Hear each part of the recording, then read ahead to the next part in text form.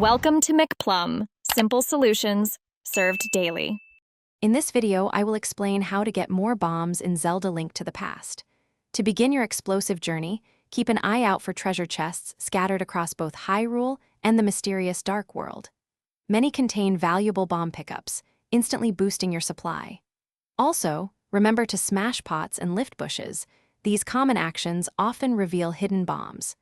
Even defeating certain enemies can sometimes reward you with a few extra explosives, so stay vigilant.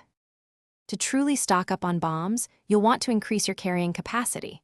Seek out the Great Fairy residing in the Pond of Happiness, located in Lake Hylia. She will grant you your first bomb upgrade, allowing you to carry a maximum of 20 bombs.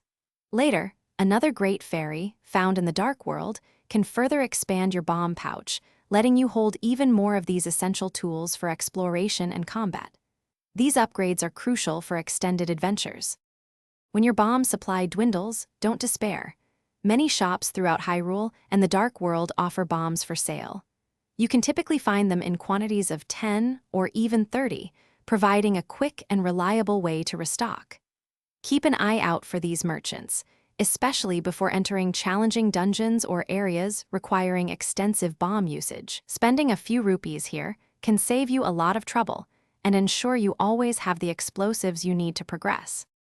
Beyond upgrades and purchases, there are other ways to keep your bomb count high.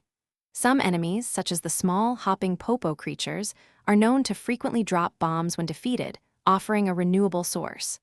Always explore thoroughly. Many hidden areas and secret passages contain bomb pickups.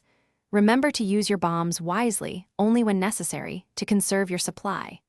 With these strategies, you'll always have enough explosives for your adventures. Thanks for watching. Stay juicy and subscribe.